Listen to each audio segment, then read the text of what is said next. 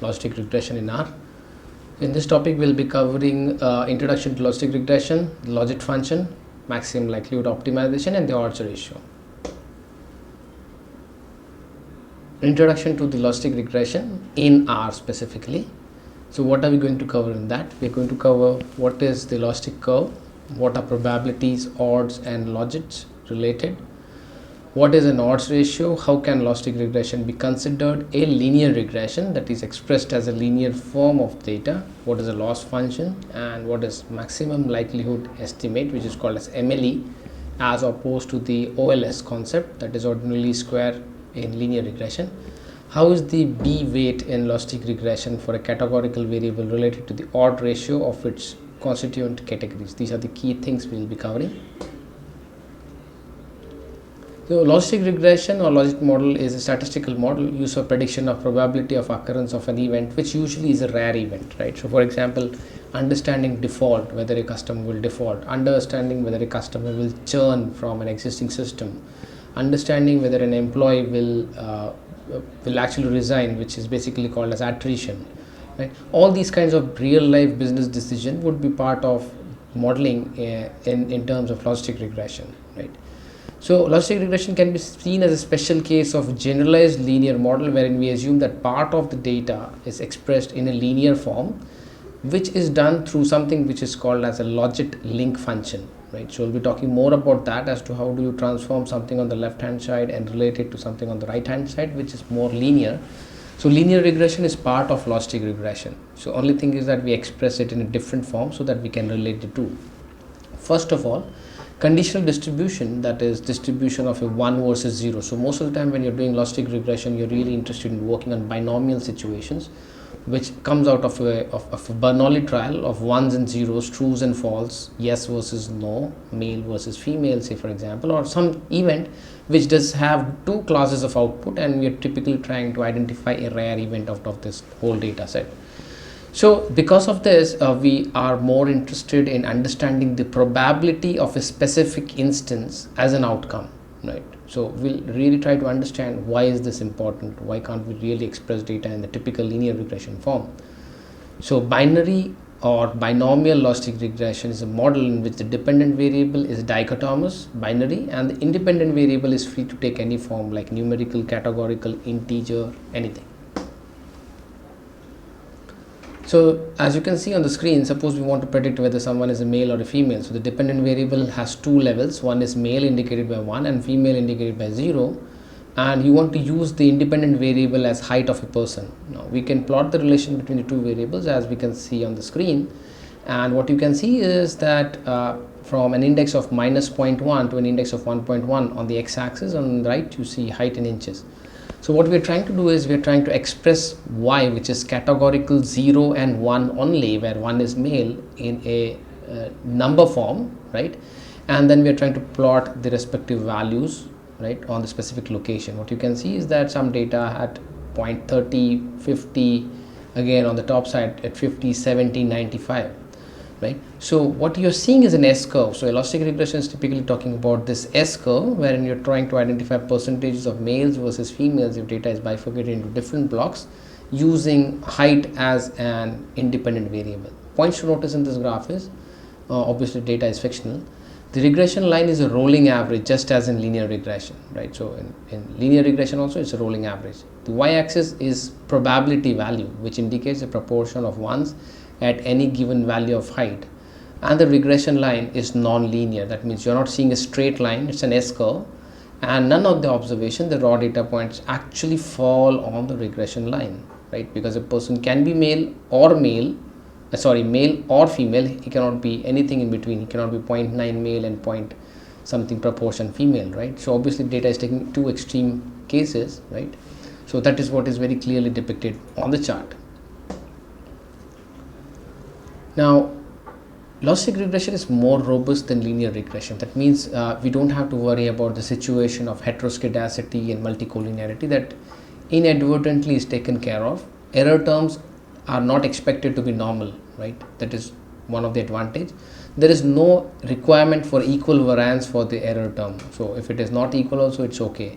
No requirement for a linear relationship because it exists only when the data doesn't show linearity, wherein you actually start using a generalized linear model.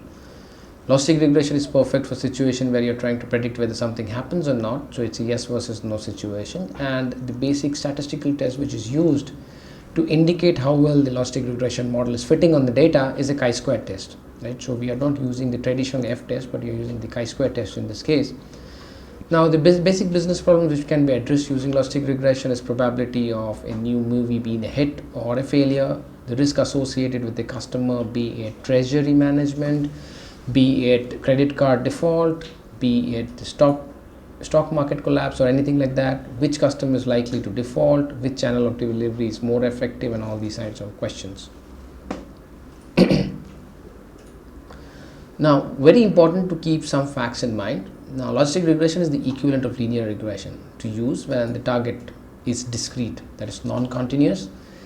Secondly, discrete but doesn't take more than 2 levels. If it takes more than 2 levels, we most usually go for different models like decision trees, which are more capable of handling a situation like this. And the predictors can be either continuous or categorical. Major assumptions which should be taken care of should be about no outliers in the data, which can be accessed by converting the continuous predictors to standardized or z-scores, and remove the outliers which are beyond the +6 or -6 standard deviation, or -3 and +3 standard deviation, depending upon the situation. Again, you need to understand that if you don't do this also, it's not a major constraint. Reason being that decisions are yes or no, though they take only 2 values, so that's why it anyway is taken care of. There should not be high intercorrelation among the predictors. This can be accessed by the correlation matrix. So this is also one assumption which you have to bear in mind. Now the logistic curve. So the logistic curve relates to the independent variable x to the rolling mean of the dependent variable, the probability of y happening, and the y in this case is taken as 1 and not a 0. So if you express that mathematically, it will be p is equal to exponent of a plus b times x, where a plus b x is nothing but a linear regression equation. If you remember, y is equal to beta 0 plus beta 1 x1.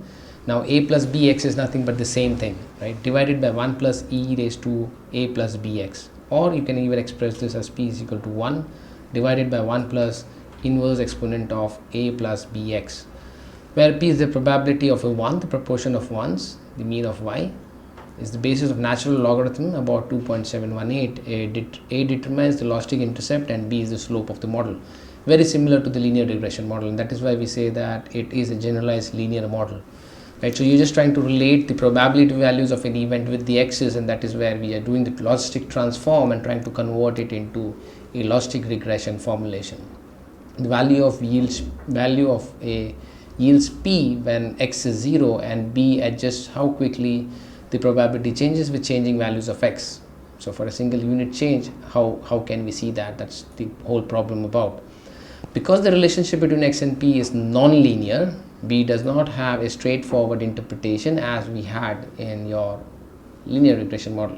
So you cannot directly say that a 1 unit increase in one variable's slope is correspondingly having that impact on the y, because it's not about a linear relationship, right?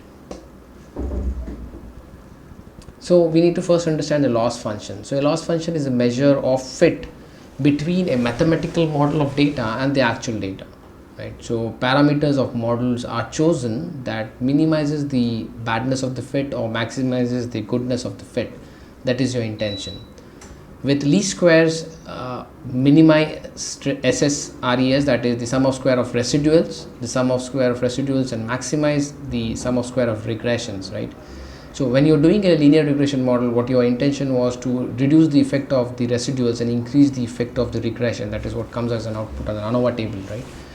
With the logistic curve, there is no mathematical solution. So it's more about an optimization problem wherein you're trying to fit a model. So that is why we call it as a maximum likelihood. So a likelihood is a conditional probability which is expressed as probability of y.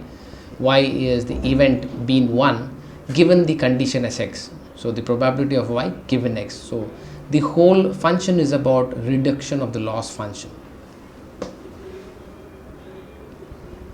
So there are several methods of numerical analysis, but they all follow a similar series of steps. So the first step would be that the algorithm picks a parameter based on the estimates on its own. It will compute the likelihood of the data given those parameter estimates. So that is why you get something called as the Fisher iteration score, which basically tells you how far the algorithm had to iterate to converge on the data, right? The computer will improve the parameters of the estimate slightly and recalculate the likelihood of the data, and this is something similar to the AIC values. So it will somewhere add a variable and look at the fit and also look at the complication in the equation. So basically you have something called as an Occam's razor, which says the simpler the model, the better is it for you, right? So you don't want a very complex model, because then it brings up the issues of bias versus the variance trade-off, right? So if your bias is low, your variance of prediction is very high, so you don't want that. It will do this forever until we tell it to stop, but usually when the parameters estimate do not change much, that is, it converges, that is where the algorithm on its own stops doing further processing and it will give you the output, right? And the iteration could be something like 20 or 250 depending upon how complicated the data is, and it depends upon you how good a compute power you have with your system. You might even take that to 250 also if you wish to. So can we guess that a person is a male or a female? Yes, we can do that, right? Suppose we want to know a person's height and we want to predict whether the person is a male or female. Now the diagram which you're seeing is about a person whose face is masked, and all you see is that he's a person who has a height of 5.9, right? And can we create something which lets us decide whether this person is a male or female? And that is what logistic regression is all about. Let's say the probability of being male at a given height is 0.9. Then the odds of being a male would be expressed as odds is probability of the person being a male, that is P divided by 1 minus the converse. So the probability P by Q, which is nothing but P by 1 minus P, that is the odds, right? So it can be found that the odds is not equal to probability. So probability is basically a ratio of an event happening to the total number of events happening. So for example, India winning a match, right? So probability of India winning would be, say, 2 by 10. So India played 10 matches and I say that 2 were won. So the probability of India winning basis a frequentistic approach would be 2 by 10, that is the probability. But if you have to express this as an odd, that would be probability of India winning versus the opposite. So it is P by 1 minus P. Now in this case it will be 0.9 by 0.1, right? And now the odds of being female. So in this case, when we're talking about this odds of being male, right? So the odds would be 0.9 by 0.1 or 9 to 1. So if I just multiply the numerator and the denominator by 10, it would be 9 by 1. So basically expressed as 9. Now the odds of being female would be the opposite, that is 0.1 by 0.9 or 1 by 9 or 0.11 expressed in a different frame. Now this asymmetry is basically not something which we are comfortable, right? So what we do is we do take care of this asymmetry through a natural logarithm. So the natural log of 9 is 2.217, right? So log 0.9 by 0.1 is 2.217, and the natural log of 1 by 9, which is for female, is minus 2.217, which is exactly opposite of each other. So this makes sense. So expressing it in odds makes it a little bit confusing, but if I express it as a natural log of the same odds ratio, both are opposite of each other. So being male and being female is exactly opposite of each other. So we basically refer to this as log odds of being male is exactly opposite of log odds of being female, and that makes sense, right? And if you then plot this log x, natural, so y is nothing but natural log of x, right? That is the logit function, and on the right, on the x-axis, you have the x values which are taken as the odds. So you see this kind of curve, and this is the natural log function, how it looks. So in the logistic regression, the dependent variable is a logit, which is a natural log of the odds. So log of odds is logit p, which is the probability of the event happening, which can also be referred as natural log p by 1 minus p, and this is equal to beta 0 plus beta 1x, right? And when you do that, that is how it gets reflected in the graph. So a logit is a log of odds, and the odds are a function of p. So we already know this relation and the probability of a 1. So in a logistic regression, we find this logistic transformation. So pi I is e raised to beta 0 plus beta 1 xi plus 1 divided by 1 plus e raised to beta 0 plus beta 1 xt. Now this is transforming to pi by 1 minus pi is equal to e raised to beta 0 plus beta 1 x. So this ln pi by 1 minus pi is the b0 plus b1 x1. Now beta 0 plus beta 1 x1 is nothing but something which comes from the linear regression model. So this is where you connect the dot, and that is why this whole transformation is called as the log transformation, and this is called as logit or logit. So if you look at the data set which is shown over here, you have these variables which you could basically use. So I'm just going to explain basis these variables, and then I'm going to run the logistic regression based on the same notion in my console, so that you can get an idea about the same. So the description of the data set is shown as a binary variable with outcome 0 or 1, right? So 0 indicates that the person is not selected, and 1 indicates that the person is selected. Stats is the marks obtained in the subject on statistics. Obviously that's a difficult subject to score. Percentage is overall percentage of marks scored by a student. So a student could be low on stats but good in overall percentage, or maybe high on overall percentage but low on stats, right? The rank is the variable rank takes on value through 1 to 5, right? So that's one more variable, and colleges with a rank of 1 have the highest prestige, while those with a rank of 4 have the lowest. This is already specified to us in this specific data set for logistic regression. So the question to be addressed: how do variables such as stats, statistic scores, percentage, that is average percentage of marks obtained, and prestige of the undergraduate institution affect selection into an analytics profile, right? So that's the why you want to get selected, right? So maybe a job or some course from an undergrad, you are going for a university further studies, and you want to do some research and you want to get selected, right? So how does a 1 unit increase in stats change the odds of being selected in an analytics profile versus not being selected? Now this you need to relate back to the old screen, wherein you were seeing the odds of male versus odds of female, and when you did the logic transformation, it came out to be opposite of each other. So usually when you are having binomial data in Y, one becomes the base variable, so the rare event becomes the actual event and the other event becomes the base event. So you would create a table of predicted probabilities by varying the values of stat, and then you will fit a model, test the significance of the overall model.